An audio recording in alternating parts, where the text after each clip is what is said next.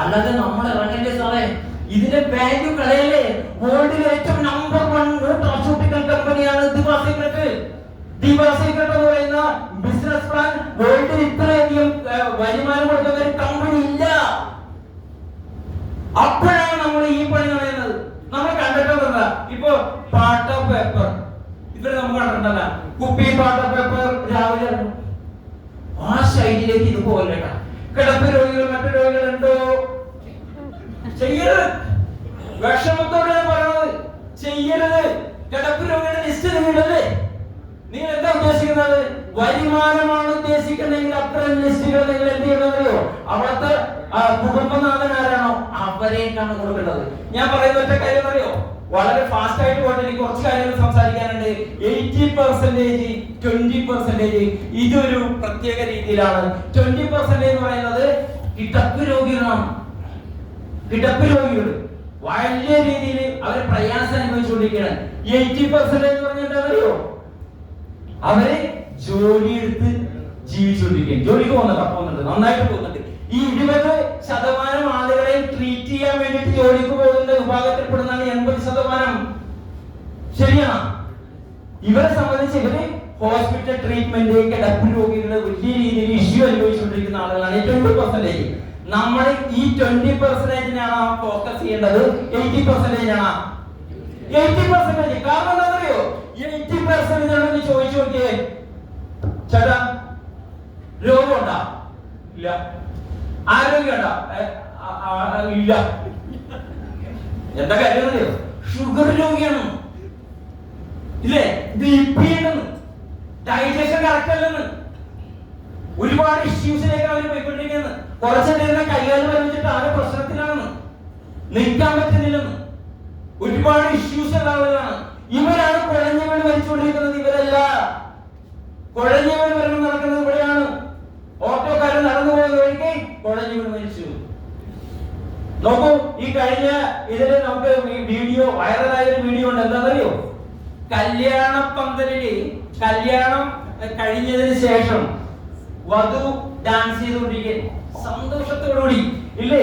ആദ്യമായിട്ട് ലൈഫിൽ ഒരു കല്യാണം നടന്നിട്ട് ആ കല്യാണത്തെ കുറിച്ച് എത്ര പോസിറ്റീവായിട്ടായിരിക്കും അവർ ആലോചിച്ചിരിക്കുന്നത്. അവർ ഡാൻസ് ചെയ്തുകൊണ്ടിരിക്കുന്നത് കുഴഞ്ഞുകൊണ്ട് വെച്ചത്. ടെൻഷൻ എടുക്കട്ടല്ലെന്ന്. എന്താണ് ഇഷ്യൂ? ആ വിഭാഗം ഇവിടെ കിടക്കണമെന്ന്. എന്നിട്ട് നമ്മൾ ഓർമ്മതാ ഇവിടെ 20% ഉണ്ടോ? 80% വരുമ്പോഴല്ല എടുക്കൂലട്ടാ. ഞങ്ങൾക്ക് ഈ 20% ഒന്ന് ആക്റ്റീവ് ആക്കി ഇറക്കിയിട്ട് വേണം എനിക്ക് ലെഫ്റ്റ് റൈറ്റ് ഇട്ടിട്ട് വരുമാനം പഠിക്കാൻ. നടക്കൂ? നടക്കൂല. അത് എപ്പോ നടക്കും? അതുകൊണ്ടാണ് ഇവിടെ വന്നിട്ടുള്ള പലർക്ക് ഇൻകം ഇല്ലാതെ കാര്യം. ഇങ്കില്ലാത്ത കാര്യം നമ്മള് പോകുന്ന വഴി തെറ്റ്. ഇത് തിരുത്തപ്പെടണം. നമ്മൾ പലപ്പോഴും പല കമ്പനികൾ ചെയ്തിട്ടുണ്ടെങ്കിലും അവിടെ എല്ലാം നമുക്ക് എന്തെല്ലാം ഇഷ്യൂസ് ഉണ്ടായിരുന്നോ അതെല്ലാം കറക്റ്റ് ചെയ്യാൻ വേണ്ടിട്ട് നമ്മൾ ദിവാ സീക്രട്ടിൽ വന്നത്. അത് കറക്റ്റ് ചെയ്യാൻ പറ്റുന്നുണ്ടോ? അത് തിരുത്തപ്പെടണം. തിരുത്തപ്പെട്ട സമയം കഴിഞ്ഞു. അതുകൊണ്ടാണ് നിങ്ങൾ എല്ലാവരും എറണാകുളത്ത് വരുന്നവരുണ്ട്, പാലക്കാട് വരുന്നവരുണ്ട്, പല ജില്ലകളിൽ നിന്ന് വരുന്ന എല്ലാവരെയും ഇവിടെ ഒന്ന് കൂട്ടാൻ തീരുമാനിച്ചത്. ജസ്റ്റ് 60 പേരെ മാത്രം വിളിച്ചിട്ടുള്ളൂ. ഇനിയും ഓരോ ജില്ലകളിലേക്ക് നമ്മൾ ഈ പ്രോഗ്രാം കണ്ടിന്യൂ ചെയ്തുകൊണ്ടിരിക്കും. അപ്പോ നമ്മൾ വാല്യുബിൾ ആയിട്ടുള്ള ഈ വർക്കിനെ നമ്മൾ കാണേണ്ടത് എന്താണെന്നറിയോ? ഇതൊരു പ്രൊഫഷണൽ ടച്ച് ആയിട്ട് നമുക്ക് മാറ്റണം. ഒരു പ്രൊഫഷണൽ ആയിട്ട് നമുക്ക് മാറണം. മറ്റു രാജ്യങ്ങളുടെ അടുത്ത് ഒക്കെ ഡയറക്ട് സെല്ലിംഗ് ഇൻഡസ്ട്രി എന്ന് പറഞ്ഞ പ്രൊഫഷനാണ്. അതായത് അമേരിക്കൻ പ്രസിഡന്റ് റൊണാൾഡ് ട്രംപ് ചെയ്യുന്ന ജോലിയാണ് നെറ്റ്വർക്ക് മാർക്കറ്റിംഗ്. നോക്കൂ, നമ്മുടെ ഏറ്റവും വലിയ രാജ്യം അല്ലെങ്കിൽ ഏറ്റവും പവർഫുൾ ആയിട്ടുള്ള രാജ്യം, അതിന്റെ പ്രസിഡന്റ് ഈ വർക്ക് ചെയ്തുകൊണ്ടിരിക്കുകയാണ്. അദ്ദേഹം റോബർട്ട് ടി കിയോസാക്കി, അദ്ദേഹവും അതുപോലെ നമ്മുടെ ഈ റൊണാൾഡ് ട്രംപും ചേർന്നിട്ട് ഒരു ബുക്ക് ഇറക്കിയിട്ടുണ്ട്, നെറ്റ്വർക്ക് മാർക്കറ്റിംഗിൽ എങ്ങനെ വിജയിക്കാം. അമേരിക്കൻ പ്രസിഡന്റ് എഴുതിയ ബുക്കാണ്. അതൊക്കെ ഒന്ന് വായിക്കുമ്പോൾ നമുക്ക് മനസ്സിലാവും നമ്മൾ ചെയ്യുന്നത് തെറ്റാണ്, നമ്മൾ പോകുന്ന വഴി കറക്റ്റ് അല്ല. എന്തുകൊണ്ടാണ് 5% ആളുകൾ മാത്രം സക്സസ് ആണെന്ന് വെച്ചിട്ട് അവരുടെ വഴി കറക്റ്റാണ്, നമ്മുടെ വഴി തെറ്റായതുകൊണ്ടാണ്. അവിടെ നമ്മൾ ഇപ്പൊ തിരുത്തപ്പെടണം. വേണ്ടേ? ഇവിടെ തിരുത്തണം. കൊറോണ വന്നപ്പോ ബ്ലഡ് സർക്കുലേഷൻ വലിയ രീതിയിൽ ബാധിച്ചു. ബ്ലഡ് കട്ടിയായിക്കൊണ്ടിരുന്ന ഓക്സിജൻ കണ്ടന്റ് ബോഡിയിൽ കുറയുന്നു. ഈ വിഭാഗത്തിലേക്ക് ഇങ്ങനെ വന്നുകൊണ്ടിരിക്കുകയാണ്. ഈ 20% കൂടിക്കൊണ്ടിരിക്കുകയാണ്. 21, 22 ഇങ്ങനെ വന്നുകൊണ്ടിരിക്കുകയാണ്. ഇവിടെ കൊടുക്കാവോ? റിസൾട്ട് ഫാസ്റ്റ് ആയിരിക്കും. ഒരു ബോക്സ് കഴിക്കുമ്പോൾ തന്നെ അയാളുടെ ഡൈജഷൻ കറക്റ്റ് ആയിട്ടുണ്ടാവും, എനർജി ലെവൽ മാറിയിട്ടുണ്ടാവും, അതിന്റെ ഇമ്മ്യൂണിറ്റി കറക്റ്റ് ആയിട്ടുണ്ടാവും. നോക്കൂ, ആള് പവറാകും, നന്നായിട്ട് ഉറങ്ങിയിട്ടുണ്ടാവും. ഉറങ്ങി കഴിയുമ്പോൾ എഴുന്നേക്കും, നല്ല എനർജി ആയിട്ട് തോന്നും. കൊള്ളാട്ടാ, ഒരു ബോക്സ് കൂടി കഴിക്കുന്ന ചിന്ത അയാൾ വരും. മറ്റേ നടക്കും ഒരുപാട് സമയം. അപ്പോ ഈ 80% നമുക്ക് പ്രോജക്റ്റ് ആയിട്ട് കൊടുക്കാൻ പറ്റണം. കാരണം അറിയോ, ആ 80% ചെയ്യുന്ന പണി എന്ന് പറയോ, കിട്ടുന്ന വരുമാനം മുഴുവൻ 20% കൊടുത്തുകൊണ്ടിരിക്കും. അല്ല, അവിടെ സ്കാൻ ചെയ്യാൻ 50,500, മറ്റേതിന് മറിച്ചതിനൊക്കെ എല്ലാ മാസവും ഓട്ടോറിക്ഷ പിടിച്ചിട്ട് ഇങ്ങനെ പോയിക്കൊണ്ടിരിക്കുകയാണ്. പണിയെടുക്കും കൊടുക്കും, പണിയെടുക്കും കൊടുക്കും. പണിയെടുക്കാനുള്ള ആരോഗ്യം ഉണ്ടാ ഇല്ല, ഒരു കഷ്ടത്തിലാണ് സമയം ഇല്ലേ? നമ്മൾ ഈ പ്രോഡക്റ്റ് മേടിച്ചിട്ട് നമ്മൾ എന്ത് ചെയ്യുന്നറിയോ, നമ്മൾ പറഞ്ഞേട്ടാ നീ ഈ പ്രോഡക്റ്റ് കഴിക്കോട്ടാ, എനിക്ക് ചെറിയ ഇഷ്യൂ ഒക്കെ കാണുന്നുണ്ട്, അപ്പൊ നീ ഇത് കഴിക്കണം, ഇയാൾ കഴിക്കും, എന്നിട്ട് നീ അമ്മക്കോട്ടെ കൊടുക്കും. കാരണം എന്താ പറയുക, മനസ്സാണ് ഇല്ലേ? പെറ്റ അമ്മ കൊടുക്കാതെ പറ്റുമോ? പെറ്റ അമ്മക്കോട്ടെ കൊടുക്കും, എന്നിട്ട് അമ്മ കഴിക്കും, അമ്മയുടെ റിസൾട്ട് നോക്കട്ടെ കൊടുത്തേക്ക്. ലാസ്റ്റ് ഇയാളെ കുഴഞ്ഞു വീഴും. അപ്പോഴാ കുഴഞ്ഞു വീട് വെച്ച് കഴിയുമ്പോഴാ നോക്കുമ്പോ എന്താ സംഭവിക്കണമെന്നറിയോ, ഈ അമ്മച്ചിനെ നോക്കാൻ ആടില്ല, ആ പ്രവൃത്തി ഈ പുള്ളി കഴിച്ചു വെച്ചില്ല. എന്നാലോചിക്കേ, അവര് മാനസികമായി വരും, മകനും പോയി ആകെ പെട്ട് ഇല്ലേ? ഇത് വരരുത്, ഇത് വരാൻ പാടില്ല. നമ്മൾ ഇന്ന് ഈ ഹോളിലിരിക്കുന്ന ഓരോരുത്തരും ചെയ്യേണ്ട പണി എന്താണെന്നറിയോ, പ്രോഡക്റ്റ് മാർക്കറ്റ് ചെയ്യണം, പക്ഷെ കൊടുക്കേണ്ട ആളുകളുടെ കയ്യിൽ കൊടുക്കണം. ഞാനൊരു കഥ പറയട്ടെ, എനിക്ക് കഥ പറയാൻ ഇഷ്ടമല്ല, കാരണം ഞാൻ ഒരു ചെറിയൊരു കഥയാണ് അത് പലപ്പോഴും എല്ലാവരും പറയുന്ന പോലെയല്ല. അതായത് ഒരു വൃദ്ധനായ അച്ഛൻ എന്ന് പറഞ്ഞിട്ട് ആള് സുഖിലാതെ കിടപ്പാണ്. ഈ അച്ഛൻ മോനെ ഒരു ദിവസം വിളിച്ച്, എടാ നീ ഇങ്ങോട്ട് വന്നേ, നിന്നോട് കാര്യം പറയട്ടെ. എന്താ വെച്ചാ, അത് എന്റെ കയ്യില് ഒരു വാച്ച് ഉണ്ട്, നീ ഈ വാച്ച് ഒന്ന് വിളിക്കണം. ഈ വാച്ച് ഒന്ന് വിളിക്കണം. പക്ഷെ ഈ വാച്ചിന്റെ പ്രത്യേകത എന്ന് പറഞ്ഞോളൂ, എന്റെ കാര്യം അറിയോ, 200 വർഷം പഴക്കമുള്ള ഒരു വാച്ചാണ്. 200 വർഷം പഴക്കമുണ്ട്. അപ്പൊ ഇതൊന്ന് നീ വിൽക്കണമെന്ന് പറഞ്ഞു. അപ്പൊ എവിടെ കൊണ്ട് വിൽക്കാൻ 200 പഴക്കമൊക്കെ ഇട്ടത്.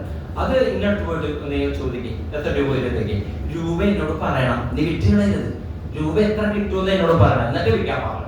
ശരി, അയാൾ ആ കടയിൽ ചെന്നിട്ട് ചോദിച്ചേ, ഇത് ഈ വാച്ച് 200 വർഷം പഴക്കമുള്ള, അപ്പൊ ഇത് എത്ര രൂപ തരും, എത്ര രൂപ കിട്ടും എന്ന് ചോദിച്ചു. അപ്പൊ ഇയാൾ വാച്ച് നോക്കിയപ്പോ കൊള്ളടിക്കുമ്പോ വാച്ചാണ്. മോനെ ഇതൊരു പഴക്കച്ചെന്നുള്ള ഒരു ഭദ്രാവതിയാണല്ലോ. അപ്പൊ ഇതിനെന്തായാലും ഒരു $100 തന്നേക്കാം, വിടാ, $100.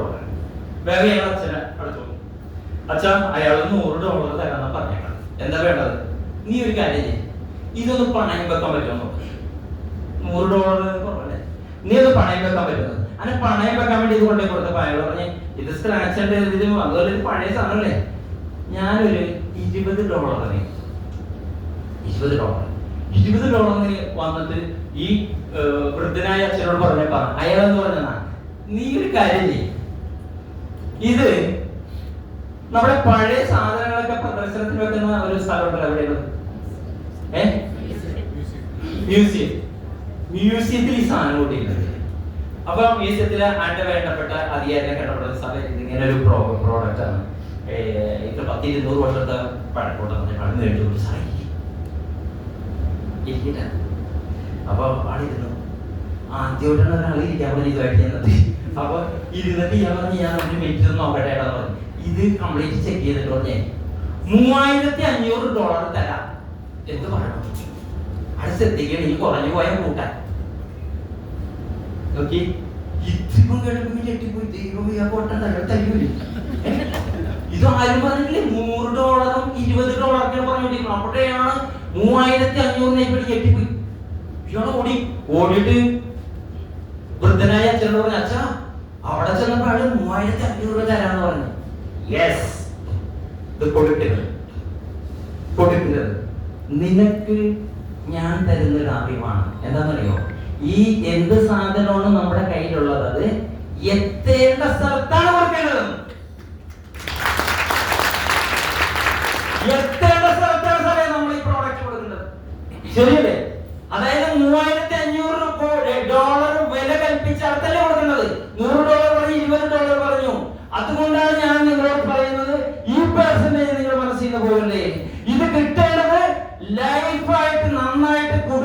ഒക്കെ ആളുകളുടെ കൈകളിലേക്കാണ് വരുന്നത്. അവർ നാളെ കുഴഞ്ഞു വീണിട്ട് ആ കുടുംബം ഇല്ലാതായി പോകുന്നു.